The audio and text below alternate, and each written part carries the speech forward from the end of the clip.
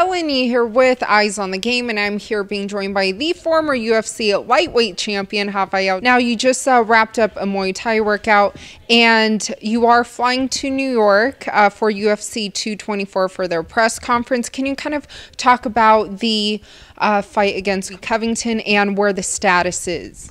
Yeah, I was waiting to fight Woodley.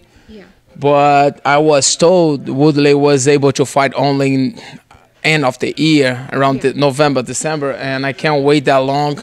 My last fight against Lawler was in December of 2017. I can't wait 1 year to fight Woodley. So, I have kids and I need to, keep going on my career. And Colby Covington is the next guy on the line, and especially for an interim title. And the guarantee that I have with this fight that I'm fighting Woodley next. Yeah. That's the most meaning of the interim belt for me, is that I have the title, the fight against Woodley for sure next. Yeah.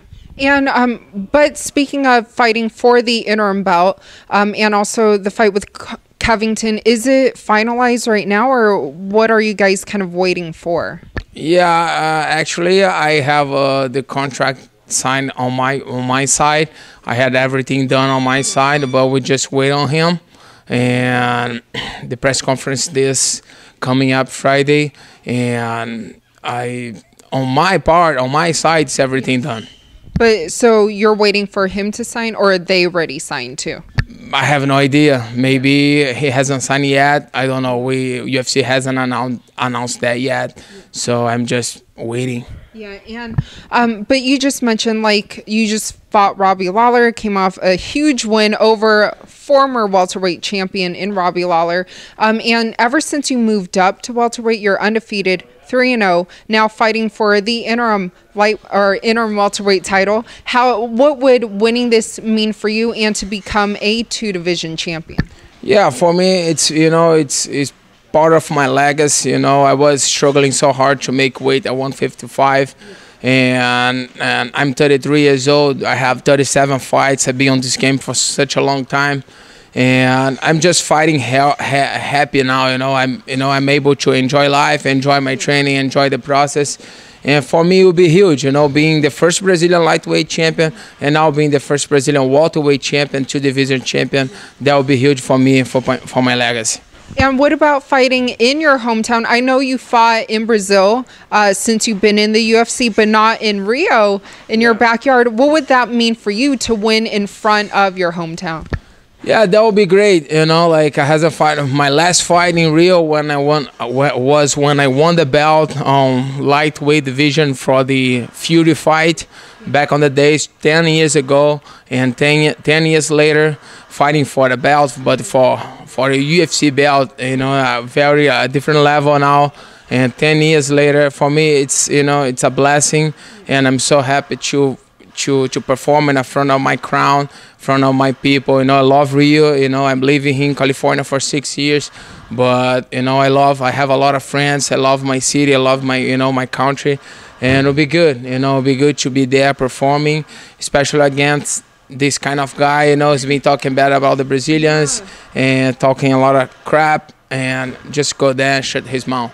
Yeah, what do you think about some of the things that he has said? Because like you said, I don't believe, or I don't think a lot of Brazilians are very happy with him. Oh yeah, I think martial arts, it's about respect. I don't know if they have this kind of respect at wrestling. I don't know, like where I came from. I'm a Brazilian Jiu-Jitsu black belt. We have respect, and it's about it. A lot of kids watching us, and a lot of we are example for a bunch of guys. Young guys coming up, and I think we gotta be a good example. And martial arts is about respect, but this new generation, they been talking, they think they promote themselves by talking bad about other people, by disrespect other guys, other fighters. And I think once the guy step on the octagon, he deserves respect, and I'm gonna teach him some respect. Yeah, and to be humble as well, right? Oh yeah, that's the most important, and it's about to be humble, respect people's country, and you can go there in somebody else's country and offend everybody else call people filthy animals. But I'm gonna ask the Brazilian crowd to let this on my hands. I'm gonna take care of business. Yes. And also, like I just mentioned, you've been very successful since your move up to welterweight. What do you kind of attribute to that success? Yeah, I've been, I think the fact that I've been is healthier for me to be fighting at 170 pounds. And I'm just happy, I feel renewed. I feel reinvented, fighting at 170 pounds. I changed camps. Now I'm training with Coach Jason Perillo here too at Ruka, and I changed the whole atmosphere around me. And God has been helping me be on a good path, putting good people behind me, around me, and I'm just feeling blessed for this, to have good guys around me, good training partners, good coaches, and having my family supporting me as always, and just having a good energy, guys, behind me, like these guys, they are there for me and not for themselves. Yeah, and having a good team, because it is a team effort, like you said. But can you kind of talk about, since we are here at Ruka, and also since you've been with Coach Jason Perillo when you made your welterweight debut, I remember interviewing you that day here as well. Can you kind of talk about the impact that he has had? Yeah, since I moved here, man, Jason, I was looking for some coach to help with my hands. I was training a lot of Muay Thai, but I need some help with my hands, get my boxing, better. And I found Coach Jason Perillo. My Muay Thai coach is also Eduardo Pamplona. Since I moved here, he was the very first guy that I trained Muay Thai with, but he moved back to Brazil. Now he's back. So now I put all these guys together. Pamplona with the Muay Thai, Jason Perillo with my hands, and Felipe Della Monica as my Jiu-Jitsu coach. We got a black belt together like 16 years ago, and we still like together. And man, Jason's been helping me a lot, with my hands, and his way to teach. We get along really well too. I like him as a person. I think for the thing to succeed, you have to not have a relationship, coach and fighter. We gotta be friends. I like him as a person too. I think he's a good guy, and I think that's why I've been getting good results. Yeah, and always very positive as well. Oh, yeah. And then also, though, the welterweight division, I mean, there's a lot going on. A few weeks after your fight, or your potential fight at UFC 224, they just announced that Stephen Wonderboy Thompson will be fighting Darren Till, who's undefeated. What are your thoughts on that matchup? Yeah, it's a good match. Darren Till, I didn't know who he was before, but he beat Donald Cerrone, and now people talking about him fighting for the title, and hyping him so much. He's a good fighter, and Steve Thompson, he's a #1 guy on the ranking, but I'm fighting for the title next. Yeah. I think he's a good fighter, but he had 2 chances for the title previously, and he failed. I think I'm the #2 on the rankings right now, but I come out off 3 victories, and I think I deserve the next chance. But I think it'll be a good fight. This division is crowded. I think it's one of the deepest division in UFC right now. A lot of coming up talent. Darren Till, he show up really, really well against Donald Cerrone, and it'll be a good match. Yeah. And what did you think of the current champion Tyron Woodley, his last fight against Damian Maia in July? Yeah, that was he played safe. He did his job. He hurt his shoulder during the fight, but that was one of the fight with the least amount of strike throwing in a title fight. But that was kind of a boring fight. But he did what he had to do to keep his belt, to secure his his championship belt. But I think the fans wasn't too happy with the performance. Yeah. But do you think when you fight him, obviously you'd be going in for a stoppage? Oh yeah, I'm not gonna look at going around trying to take him down and get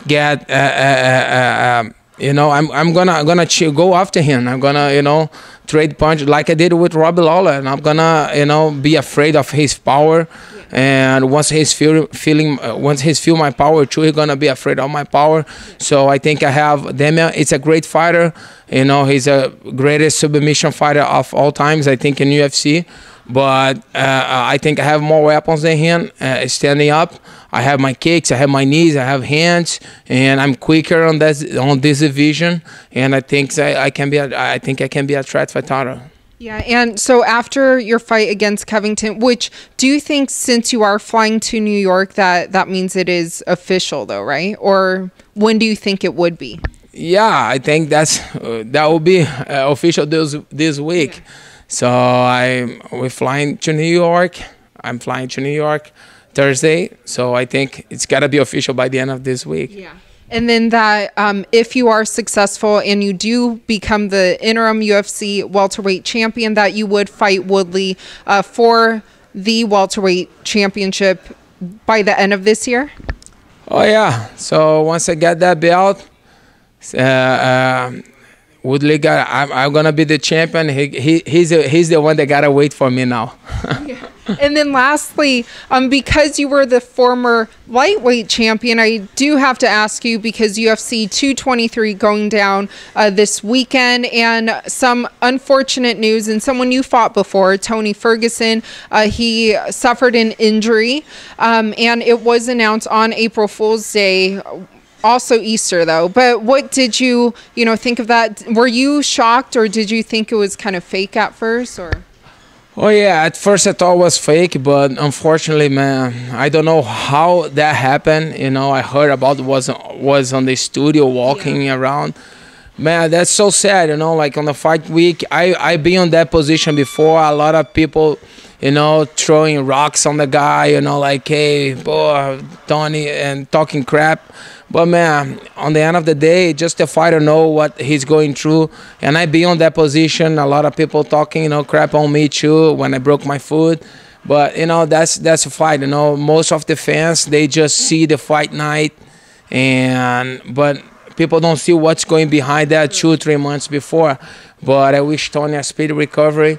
Unfortunately, that's the fight that a lot of people want to see for a long time. I think they scheduled that fight for maybe 3 or 4 times, and didn't happen.